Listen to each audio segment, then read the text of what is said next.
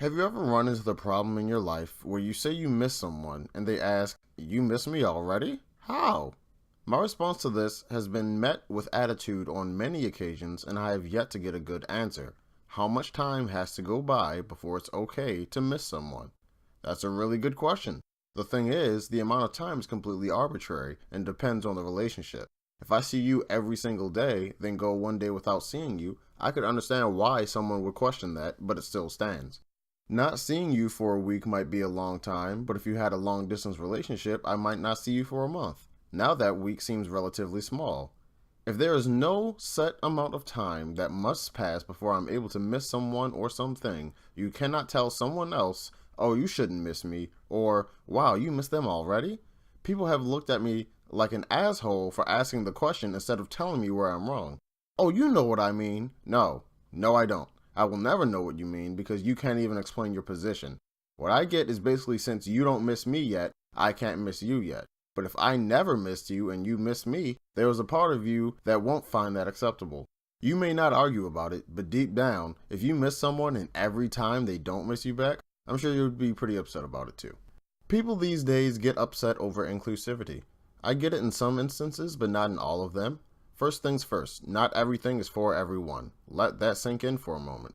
You don't get mad at Chuck E. Cheese for advertising to children and not to teenagers and young adults. Let's say I am a director and I truly want to make a movie about someone who is transgender. How do you, as a consumer, determine whether that decision was made because I legit wanted to have a transgender role or because of inclusion? What steps do you take to find that out? You can't go 100% in any direction without good enough reason. You can't say that if there's a insert minority slash marginalized group here in the movie, that it is hands down inclusive writing. You can't say that if there is not a insert minority slash marginalized group here in the movie, that it is hands down exclusive writing. Both sides go by their feelings and reject anything the creators of the movie say, so hey, we're all just hypocrites here. It also makes me think of video game inclusivity, especially with Battlefield 5. I have this thing about simplicity, and it probably goes along with the aloofness in the previous MRT, that the most important aspect of a video game is how much fun I'm having. As long as it's fun, user-friendly, and not buggy and or glitchy, then I am sure I will be happy with the game. I don't care about the characters, assuming they are well written. I don't care about the mechanics, assuming they aren't broken. I cannot help but drive the point home that the most important aspect of video games, at least for me, is that they are fun and entertaining. Of course, they can be more than that, but any game can be successful as long as it's fun and entertaining. Quick disclaimer, no one is any better or any worse for smoking or not smoking weed. The way people have always looked at weed in the United States has always baffled me. When I was growing up, I heard many stereotypes about potheads. Tree-hugging, animal-loving, peaceful protesting, non-showering, Pink Floyd playing hippies. What I gathered from people is that potheads were more annoying than anything else. What is intellectually dishonest about people, I've noticed, is the stigma around weed. Marijuana is not a gateway drug. There is no evidence to support that at all. What I will say is that I think that both tobacco and alcohol are gateway drugs because they are recreationally legal. Yes, I understand there is regulation for those too, especially for younger individuals, but they are still legal for a majority of people.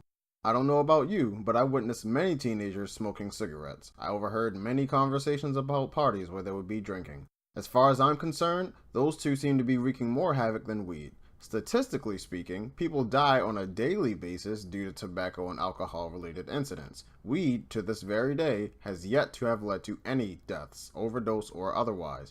Did you know that weed is a Schedule 1 controlled substance? That puts weed on the same level as methamphetamine. Now honestly ask yourself this question. Do you really believe that weed is anywhere near as dangerous as meth? Think about this for a second.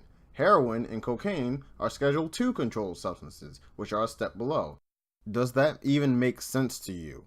You can say that it sounds like I'm arguing for weed legalization, but I'm arguing more for consistent thinking. If your thought process is that weed should remain federally illegal because it's a gateway drug, it causes health problems, and it leads to death, then you should feel the same way about alcohol and tobacco. You can't stay on your high horse of caring about the well-being of society when it literally makes no sense that the least dangerous of 3 recreational substances is federally illegal, but the other 2 that cause death to people who don't even indulge in them are federally legal. Either make them all legal or make them all illegal. Let me put it like this so you can see how stupid it sounds. Let's make the supposed gateway drug illegal, but if you're already past the gate, there's no stopping you since what's behind door number 2 and 3 are fair game for the most part. In my personal opinion, all drugs should be legal. For those who ask why, I'll tell you. Am I not in complete control of everything that I put in my body? If not, then I guess my right of liberty isn't exactly as free as I thought. But what if you hurt someone else or cause damage while under the influence? Oh, you mean those things that are already crimes? Whether I'm sober or not during a burglary, I'm still going to get a burglary charge. My question to the rest of you would be, why do you want to continuously stack charges on people? You're telling me that just by having something, whether I use it or not, is more dangerous than the pedophiles that get less than 5 years in jail? Seems like you should focus on all the reasons why your justice system would rather keep people in a cycle of incarceration that hopes that you reoffend instead of their original purpose of rehabilitating people. Seems like you should focus on why the justice system has drastic differences in sentencing depending on the demographic of the people committing the crime. Affluenza is a thing? Really? Sounds like a lot of bullshit to me. I thought rich people had better access to educational resources. If anything, they should know better than the hood rat from the inner city. I think a healthy dose of anarchy is good for society. It doesn't necessarily have to be down with Big Brother, but at least people shouldn't grab ankles and assume the position whenever they come up with a new law that gives you the illusion of safety in exchange for a little bit of your freedom. If you have a respectful cop, then be respectful. If you have a disrespectful cop, then you should have just followed directions anyway, even when he's stepping all over your rights. Hey bro, he doesn't need a warrant to check your vehicle. You have nothing to hide, so what's the problem? I hold my Second Amendment like a newborn baby, but that Fourth Amendment can walk its unwanted ass to an orphanage. When someone is committing an illegal act towards you in any way, like vandalism, assault, burglary, etc., do you call the police and do nothing until they get there? No, you fight back to assure the safety of yourself and loved ones until they get there. Most of the time, police are the cleanup crew anyway. They have their investigation, if they feel like it's worthy of their time, tell you what they found, and possibly give you a court date. That's an easy one, yes. But people rely a bit too much on the government for assistance. I'm not talking about school, healthcare, or infrastructure. I'm talking about how, back in the day, the entire town knew everyone else without the need of technology. If anything, we should know more about our community. I applaud neighborhood watch communities. They know that they themselves are the first line of defense. So what do you do when the government is the one you fight against? The same government that does shady gerrymandering to ensure their own political power? The same government that takes money from corporations so those businesses don't deal with regulations? The same government that said all men are created equal but gave rights to women and minorities at a pace slower than a paraplegic fat kid in a race? The same government that said anyone who is a conspiracy theorist is crazy regardless of what they're saying, even with the leakage of MKUltra? The same government that repeatedly says they are fighting cancer heavily but does not even look in the direction of other countries that have alternative medicines that have in fact cured cancer from hundreds to thousands of people and shuts down any and all medical explorations and experiments regardless of their promising results because they're not FDA approved? Isn't that a catch-22? All I'm saying is that perhaps anarchy isn't as bad as people make it out to be. While we're on the subject of anarchy, let's discuss how we turn a blind eye to the negative effects of money and its relationship to people and change. We need to get the money out of politics. This is by no means a new or revolutionary idea. It would be a new or revolutionary idea if it actually happened. We've been saying that for how long now? And how long has it been the same? There's an ongoing stereotype of not being able to trust politicians, yet you trust politicians. Money is the reason why politicians can pass bullshit laws to help less than 5% of people and hurt 10 times as many. If it literally hurts most people and it seems anti-humanitarian, there's probably money involved. Money is demanded by religious institutions who prey on those that follow the belief. I think that's a good enough reason to tax them, right? It may not be all of them, but there's too many getting away with it now. And don't even get me started on how Big Pharma makes more money in the medicine instead of the cure. It is crazy to me how these diseases are cured in other countries but not in the United States. Actually, no, it's not. And lastly, we come to white privilege. Man, I'm sure when this channel gets popular, people will click off right there. But I'm not going to go the same route as these other people. Whenever I see a white person with money or status, I don't point in disgust and say, white privilege! Anyone who does that is stupid and does not know what real white privilege is. Honestly, you people are making anyone who says that look crazy. Here are just a few examples of what I believe to be white privilege. These are not absolutes by any means. This is not 100% true for all white people and 0% true for any other race. Example 1. A white person involved in a mass shooting who has already hurt and or killed people is talked into submission and taken into custody. A black person who is resisting arrest gets shot because he is, quote, dangerous.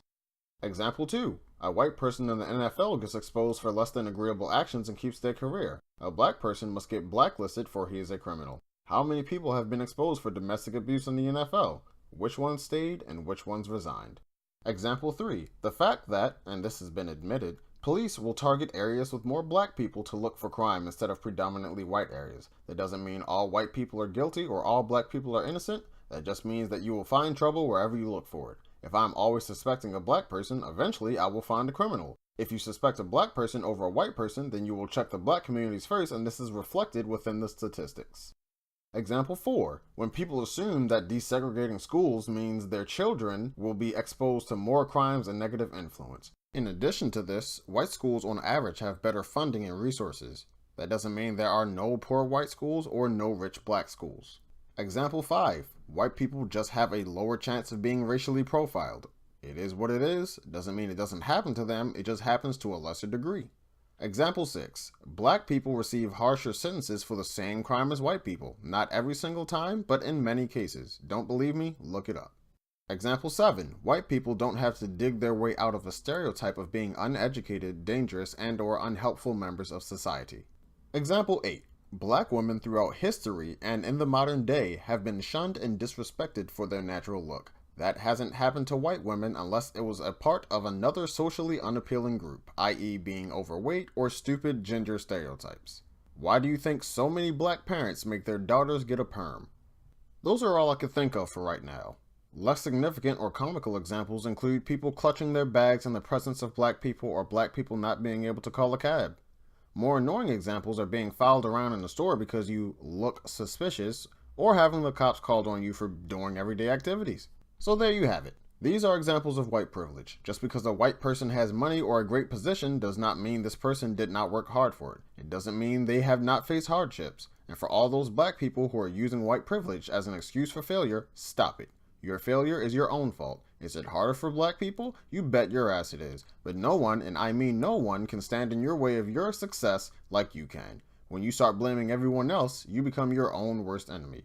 Well, that's going to do it for this walk. More like a bit of a stroll, a little lengthy. Sorry about that. But if you enjoyed it, don't forget to like, share, and subscribe. See you guys next time.